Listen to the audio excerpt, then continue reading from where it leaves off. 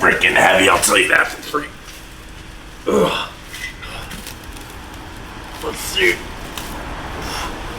how many reps you can do with this.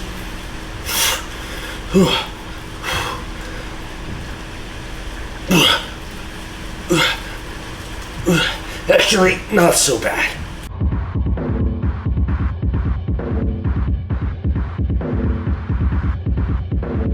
How's it going, everyone? Iman with Dune Serpents here. Before we begin today's video, I just want to say I am now proudly affiliated with Tacoma Beast. If you guys want to go shop on their website, use my code DUNE5, and also make sure you subscribe to my channel, follow my Instagram for build updates, and I appreciate all of the support. Now, as of yesterday, I did some videotaping yesterday, and I'm also going to cover right now an unboxing. I just got the Dirtking Fabricated rear end. It's right in front of me right now, and I'll pan the camera down shortly. And it's been a long wait. I've been planning to get this thing for it's been exactly about a year and like 2 months since I was like in the garage talking to my friend. He's like, you should put a rear end on your truck. I was like, well, that's all I needed to hear, and I'm motivated just like that. I'm a very easy person to persuade when it comes to car parts. And he was like, I'm just kidding, you don't have to. And here I am, I have it. So I was like, that's a great idea. I don't know why I don't have one. So I did the research. I ordered this about only 2 or 3 months ago, and they went straight to work on it, and I got it here relatively quickly. Obviously, you have to have parts sorted from who knows how many companies, Evan Weller Racing, Spider Tracks, Curry, all these parts. So Dirtking has built a housing, or whatever housing you go with, Camberg, Curry themselves, all that stuff. But I went with Dirtking because I have a Dirtking build, and you know how I am. I just want everything Dirtking. And they built a damn good housing, so let's get right into it. All right, I'm not going to be taking the wrapping off the centerpiece here because I don't want anything getting in there, and I kind of want to protect it since it's not on the truck right now. I'm going to be resting it on there. But you just see how huge this thing is. Just wow. This is a Ford 9-inch Dirtking housing, and I have it trussed, just kind of like a short truss here, because I'm going to be doing the spring under perches. And if I ever do want to link it in the future, I have this now, so I can. It'll be easy to just change things here and there in the future.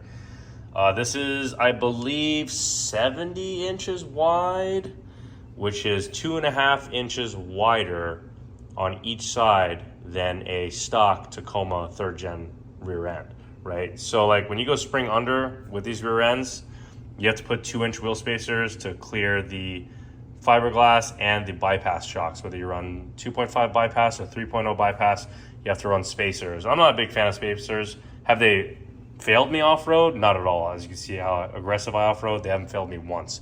But these are, so like I said, with a stock rear end, you put 2-inch spacers. This is by itself 2.5 inches wider on each side. So a total of 5 inches wider altogether than the stock rear end. So this is pretty beefy. I think it's just the right length for mid-sized trucks. So with the 3.0 bypass and my fiberglass and 35-inch tires, I should have pretty good clearance and no more wheel spacers. So I'm excited for that. This is a full floater rear end, 40 spline with a spool. Here's the third member right here. Look at this thing, beefy. So pumped. See, 40 spline, there's the spool, gears, and I'm putting 529s in the front as well. I got that right here. Open it up. I don't even know why I'd have to show you guys. I mean, you guys know what gears look like, but let me just, you know what? You already know what this is going to look like, so I'm just going to set this aside. And we're just going to start unboxing things one by one so I can just kind of show you what we're working with. The one thing I will not be opening is the full floater axles from Curry. I mean, you guys know what that looks like. If you don't, you can just search that. I kind of want to keep that boxed up, but I'm going to open the Dirtking box because I'm actually curious what's in here, even though I pretty much know that any part that I don't see would be in this box. But we're going to go ahead and cut this bad boy open. All right, so in this first container, you can kind of see I don't really need to open it up. I got my shock tabs. I'm gonna have my spring under perches. I believe I also will have U-bolts and all that in here, hopefully. It looks like that's what would be in here from the size of it, but yes, it is. Yes, Deaver hardware kit. Okay, so we're gonna put this to the side and see what's in these boxes. All right, this is way heavier than I thought. I'm gonna put this right here really quick.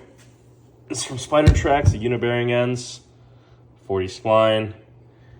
How beefy this thing is. Can't believe this much weight's going on my Tacoma. That's crazy. Well, under my Tacoma, but poor V6. Get some of that rust off there. Yeah, I'm gonna make sure when I paint everything, there's gonna be absolutely no corrosion or corrosion in the future. I'm gonna coat this thing, make sure it's nice and pretty. Look at these welds. Wow, just beefy, beautiful, strong, going all around. Look at that, absolutely amazing. See, I mean, it's not rocket science. This is gonna go out here, and you know, I'll just go there. Really wide track width there. Really excited for that. All right, we got about half of it open now, but before I continue, I want to answer a few questions because I know you'll be asking in the comment section. A, why I went with a spool, and B, why I'm not linking it. Well, A, I went with a spool because LSD and everything sounds cool, but you know, I've heard some nightmare stories about that thing blowing up in the diff, and I don't want that. And I don't really daily my truck, so it's no big deal. I want traction and reliability out there, and a spool is very simple and strong, you know? It's just going back to the basics, the construction of it. It's just locked at all times, you know? And in the future, when I do swap my engine, it'll be able to support a lot of horsepower, 40 spline. It's actually got a 9-inch ring gear, 35-inch tires in the back.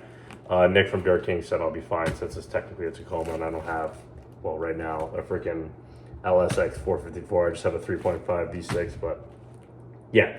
So that's that. And then why am I not linking it? Because I don't need to. I think if you have, especially Dirtking's spring under kit, you can get so much travel out of it with a C-notch. Get that up travel and the down travel, almost 18 inches. I've seen people modify it to getting 19 to even 21 inches. So you can really mess around with that. And it comes down to shock tuning. If your shocks aren't tuned, your spring under setup could be trash. You know, a lot of people are like, I need to link my truck. Shock tuning is so important. Shout out to Lawless Motorsports in Ocala, Florida for shock tuning my truck. I went out there for a couple hours and he really dialed my truck down. So it literally floats as if it's 4-linked in the back. It's just cycling. I've never once been like, oh, the rear is not performing well. If anything, I've always complained about the front having clearance or bottoming out, but I've never had issues with the rear of my truck when I'm off-roading. So that's why I'm still gonna be spring under. You never know. Down the line, if I do want to 4-link it, I can, but I've never really thought about it. It's cool, but my truck performs fantastic and there's no need to change it. Like the saying, you know, if it's not broke, don't fix it. So yeah, that's to answer those two questions. Let's continue ripping these boxes open.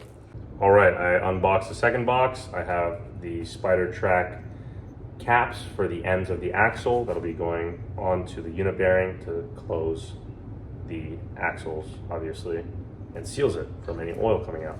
So, not rocket science once again, just a cap. I was actually sent the wrong piece. I gotta send these back to Dirtking, get the right size for me. Now, do you guys think I should keep it blue to go with the gold wheels I already have and to kind of match, you know, the knob adjusters on my Fox shocks? Should I match it gold to my wheels or should I go black? Let me know what you think. I think the blue looks pretty good, but you know, I don't really care. I'm not gonna have any hubcaps because since I'm going to the full floater rear end, those are gonna be coming off. So this will technically be like my hub cap. So let me know what color you think. I might just leave it blue. I'm a big fan of just leaving things the way they are. So, because I will be painting it myself, so I may ruin it. I'm not gonna pay someone to paint something this small for me. So let me know what color you think I should do. I may just go black, who knows? Let me know. Check out the Dirtking fill cap right here. That's pretty sweet. All right, in that box is the Willwood 4-piston, all black brake calipers and rotors. That's in there. I'm not gonna open that because, I mean, you already know what that looks like, and I kind of want to keep that box tight because the tape is coming off, so I don't open that one. And then my Curry 40 spline full floater axles are in that box. And you already know what that looks like. It's just an axle. So that's in there. And I have the bolts here for the unit bearing on the end of here. And yeah, everything's pretty much all here. So Gonna be tossing this on my truck in about a month or two because there's a couple more things I added to my build list that I want to do with Louis. So I'm kind of getting those parts ordered and everything like that. This thing takes time. You guys have to understand that. I appreciate you guys, following the build. I want to get this thing on my truck so I can start ripping it for everyone, but it takes time. So I want to make sure everything is done right. I have all the parts that I need on there. And you can just see how many parts I have sitting in here right now. Take a look at this. Bunch of stuff just sitting here. So the garage is getting full, and I actually have to figure out where I'm gonna put this right now. Probably gonna put it under my desk over there. But yeah, it's a mess and I absolutely love it. This is just the life that I thrive for, is having a bunch of pre-runner parts in my garage. Happy life. Anyways, thanks for tuning in. I'm gonna wrap this video up here. If you guys want to support my business for headlight and grill support brackets, I've been selling a ton of those. Let me know if you have any droop on your truck for your headlight or grill brackets. If you live in Central Florida and you have another brand truck like a Ford, maybe a full-size Toyota Tundra, stuff like that, and you want me to make some brackets for you, feel free to come on by. I can take some measurements. I haven't put any on there, but I'd be more than happy to start producing some more of those. I just need someone's truck to work on as an example. And yeah, so I can get some measurements for those. Anyways, thanks for tuning in. Hit that subscribe button. Follow me on Instagram, and thank you, everyone.